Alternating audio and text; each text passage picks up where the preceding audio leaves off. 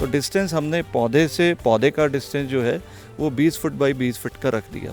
तो जो बीच का स्पेस था इसको हमने शुगर केन पूरा लगाया, गन्ना। बीची वाली रो जो है उसमें हम गन्ना नहीं लगाते, उसको छोड़ के बाकी क्षेत्र में गन्ना लगाते हैं हम। इसमें बागवानी के साथ गन्ने की खेती करें, क्योंकि एक अभी बहुत चुनौतीपूर्ण स्थिति और बन गई है। ये हमारा लगभग इस समय जो है ये 4 एकड़ का प्लॉट है जिस पर हमने लीची का प्लांटेशन किया है।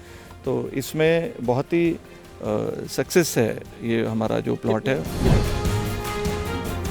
आज हम बरेली के गांव में मौजूद हैं और यहाँ पर आपको सैफसली का एक शानदार मॉडल दिखाने जा रहे हैं। और ये मॉडल है लीची के बाग में गन्ने की खेती। लीची और गन्ने का जो कॉम्बिनेशन है ये आखिर किसानों के लिए किस तरह से फ़ायदेमंद है, इसके क्या लाभ हैं, ये हम जानेंगे। किसान जो हमारे साथ यहाँ पर मौजूद हैं, जिन्होंने इसका प्रयोग किया, यहाँ पर एक सफल प्रयोग किया, अनिल साहनी जी, उन्हीं की ज़ुबानी। अनिल जी, बहुत बहुत स्वागत आज आपका हमारे साथ गाँव जंक्शन चैनल पर। नमस्कार सर, ये बताएं कि लीची का बाग काफ़ी बड़ा हम देखने लगा है और उसके बीच में इतना सारा गन्ना। हाँ, लीची का एक्चुअली हमने इसको प्लान करके लगाया था, क्योंकि ये जैसे आप देख रहे हैं ये जो लीची के पौधे हैं ये इनकी हाइट कम है, ये छोटी हाइट। अभी जो कंसेप्ट है फ्रूटिंग प्लांट्स का, वो कंसेप्ट पूरा ये है कि आप जो पौधे की हाइट है वो 10 से 12 फुट से ऊपर नहीं जाने देते, जिससे कि उसकी फ्रूट प्लकिंग और बाकी मेंटेनेंस जो है वो इजी हो जाती है और उसको हाई डेंसिटी करते हैं।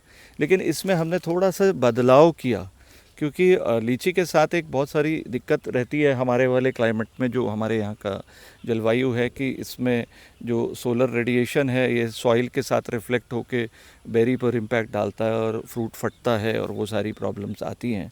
तो इसके लिए हमने किया क्या कि प्लांट की हाइट तो मेंटेन कर दी छोटी, लेकिन हमने हाई डेंसिटी नहीं किया इसको। तो डिस्टेंस हमने पौधे का डिस्टेंस जो है वो 20 फुट बाई 20 फुट का रख दिया। तो जो बीच का स्पेस था इसको हमने शुगर केन पूरा लगाया, गन्ना, और बहुत उन्नत प्रजाति है CO0118, उसको किया। बहुत रोबस्ट वैरायटी है ये।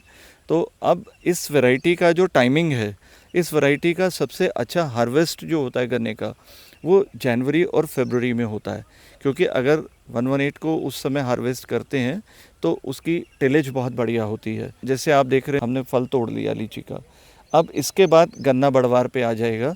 तो लीची से इसका कोई कंपटीशन नहीं है इस समय। और जो लीची वाली रो जो है उसमें हम गन्ना नहीं लगाते, उसको छोड़ के बाकी क्षेत्र में गन्ना लगाते हैं हम इसमें।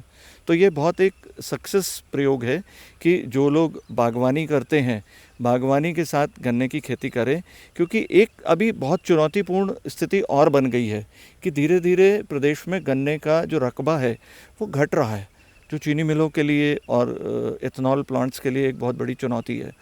अब गन्ने का रकबा बढ़ाने के लिए अगर हमारे पास ज़मीन नहीं है तो हमें ऐसे पॉकेट्स ढूंढने होंगे जो पॉकेट्स हमारे अभी अछूते हैं। तो बागवानी का क्षेत्र एक अछूता क्षेत्र है, क्योंकि बागवानी में बहुत सारी जगह है हमारे पास अभी जिसमें गन्ने को किया जा सकता है।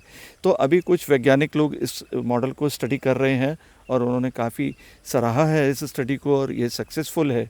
और मुझे उम्मीद है कि आने वाले समय में ये बागवानी और गन्ने का जो इंटरक्रॉपिंग मॉडल है ये रेप्लिकेट होगा और बहुत सक्सेसफुल रहेगा ये। सर, कुल कितने क्षेत्रफल में आपने इस मॉडल को यहाँ पर अपनाया है? ये हमारा लगभग इस समय जो है ये 4 एकड़ का प्लॉट है जिस पर हमने लीची का प्लांटेशन किया है।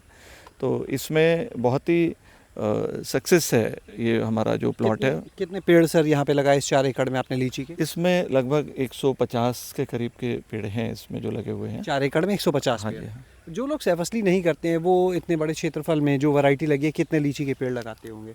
नहीं, एक्चुअली जो पेड़ पहले लगते थे वो तो 10 फीट बाई 15 फीट पर या 6 फीट बाई 6 फीट पर भी अलग अलग मॉडल्स हैं जो लीची के बाग लगे थे पहले। अभी जो कुछ हाल के कुछ वर्षों के जो अनुसंधान है उसके बेसिस पर ये हुआ है कि आप हाई डेंसिटी कर लीजिए, हाइट छोटी कर दीजिए प्लांट की, कैनोपी छोटी कर दीजिए आप उसकी। जैसे आप अभी ये देख रहे हैं ये कैनोपी छोटी है, और छोटी कैनोपी में मतलब आप एक पौधे में 50 से 75 किलो तक फ्रूट, 1 कुंटल तक फ्रूट आ जाता है। तो वो हाई डेंसिटी प्लांटिंग करते हैं। लेकिन वो हाई डेंसिटी जो है वो हमारे तरह की जलवायु के लिए उपयुक्त नहीं है।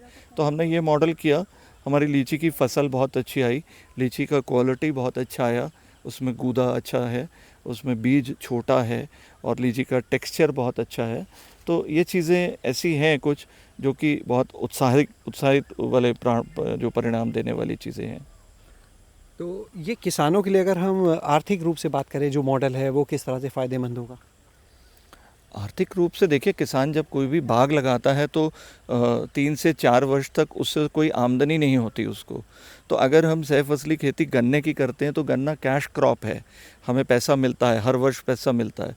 तो गन्ने से पैसा भी मिलता रहेगा और साथ साथ बाग भी तैयार होता रहेगा, और जब बाग तैयार हो जाएगा तब भी गन्ने की फसल हम लेते रह सकते हैं।